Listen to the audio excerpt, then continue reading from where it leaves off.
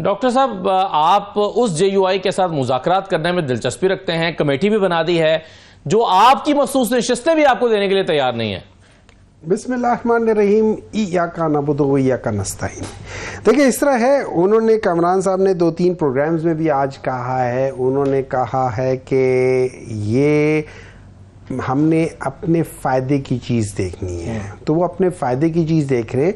इसमें जिस लिहाज से इलेक्शन कमीशन ने बात की थी, उस लिहाज से वो कहते हैं कि चूंकि ये PTI जो एक इंडिपेंडेंट लोग थे, वो PTI के नहीं थे, और चूंकि सुन्नी इत्तेहाद काउंसिल के लिहाज से उन्होंने कोई लिस्ट नहीं दिया, तो ये सारी चीज़ें हमें मिल जानी चाहिए। वो तो अब एंड में डिसाइड होगा कि क्या होता है। लेकिन जो सवाल उठ रहे हैं, वो सबसे पहले सवाल उठ रहे हैं, वो ये उठ रहे हैं कि जो इलेक्शन कमीशन ने डिसीजन लिया था कि Pakistan Tehreek Insaf as a party नहीं लड़ सकती और ये सारे इंडिपेंडेंट होंगे, वो किस बेसिस पे लिया था। जो हमें समझ आ रही थी जो कोर्ट में हो रहा है, अब ये सवालात हो रहे हैं तो हम उससे एक प्रिज्यूम कर सकते हैं, बाकी जो होगा वो होगा। उसमें ये था कि जी ये जो डिसीजन है, ये जो सुप्रीम कोर्ट ने कहा था, सुप्रीम कोर्ट का ये हरगिज़ मकसद नहीं था कि ये Tehreek Insaf as a party election नहीं लड़ सकती, तो उनके सारे लोगों को आप इंडिपेंडेंट कर दो। अब अगर वो डिसीजन रिवर्स हो जाता है, होता है नहीं होता वो बात की बात है, लेकिन अगर वो हो जाता है तो जैसे जस्टिस मंसूर अली शाह ने कहा कि फिर इनको 3 दिन दोगे, तो ये 3 दिन दोबारा आएंगे, तो दैट मीन्स अब पाकिस्तान तहरीक इंसाफ के जितने भी जो लोग हैं उनके पास चॉइस होगा वो किसको करते हैं, ऑब्वियसली वो तहरीक इंसाफ में वापस चले जाएंगे।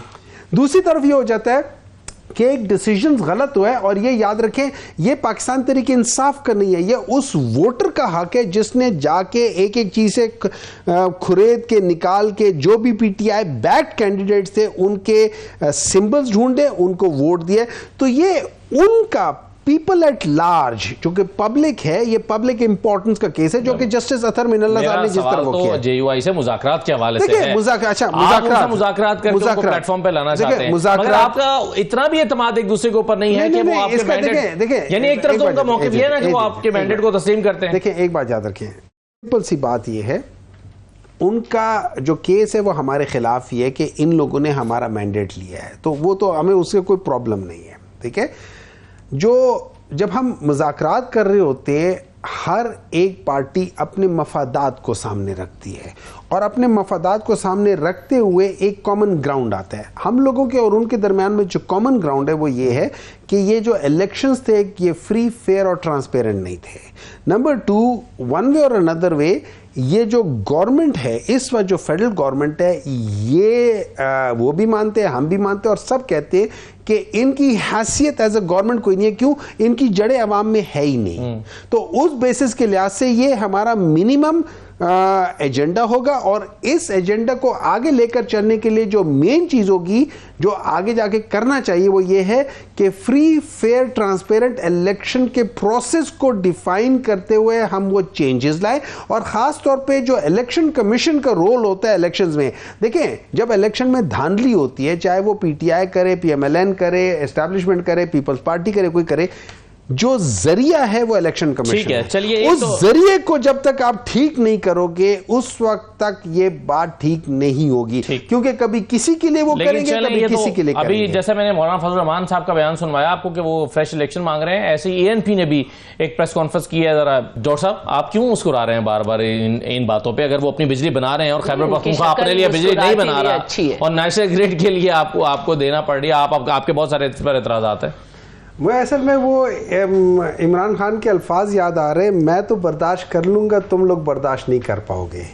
और मुझे लगता है कि उन्होंने अपनी पार्टी के लिए कहा होगा, ये उनको नहीं, उन्होंने आवाम के बारे में कहा था कि मैं तो इन लोगों की बातें, वो सारी चीज़ें जो गलत कर रहे हैं वो मैं बर्दाश्त कर लूँगा, आप लोग नहीं बर्दाश्त कर पाओगे, और अभी आवाम को पता चल रहा है। नंबर 2, मुझे लगता है कि ये जो आपने 300 यूनिट की बिजली की बात की है ना, और जैसे इन्होंने कहा है कि हम इतनी बिजली बना रहे और ये कर रहे, मुझे लगता है कि आवाम को जब तक इस बिजली के बिलों के साथ बिजली के झटके नहीं मिलेंगे ना, उस वक्त तक ये पाकिस्तान की आवाम जागेगी नहीं, और उनको जागना चाहिए, उनको पता चलना चाहिए उनके साथ हो क्या रहा है। इन लोगों के, इन्हीं के लीडर्स ने फ्लोर ऑफ द हाउस पे खड़े होकर कहा ये अवाम दुश्मन बजट है, मैंने नहीं कहा। उसी अवाम दुश्मन बजट को इन्हीं लोगों ने पास करवाया है।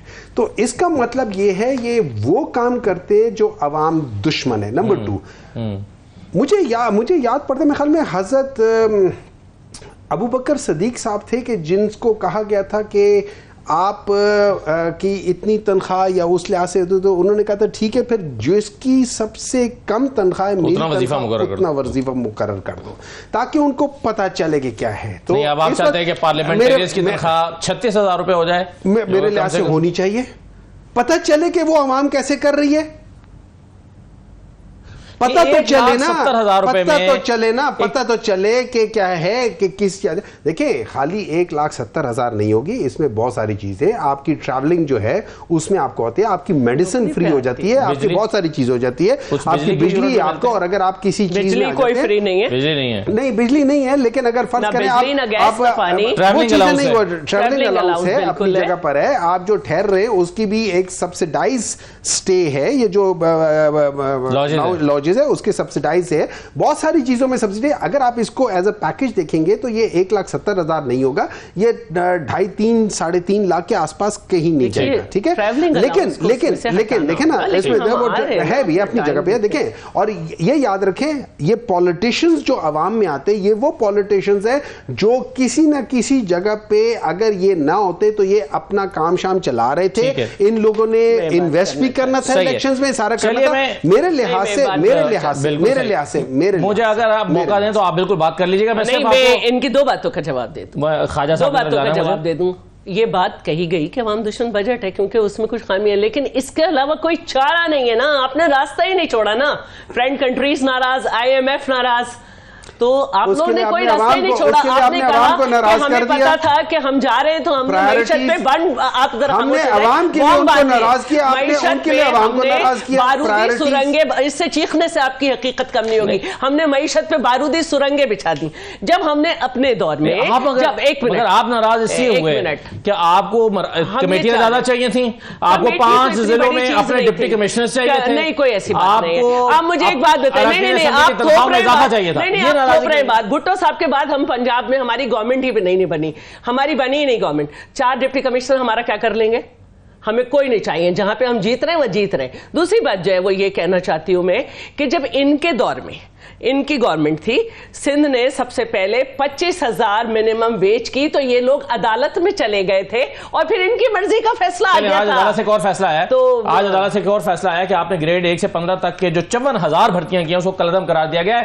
जरा देखिए आज मैं इस पे बात आज इस पर खालिद मकबूल सिद्दीकी साहब, मैं बिल्कुल आपके पास आता हूं, मगर पहले ख्वाजा इजहार साहब के पास जाऊंगा और उससे पहले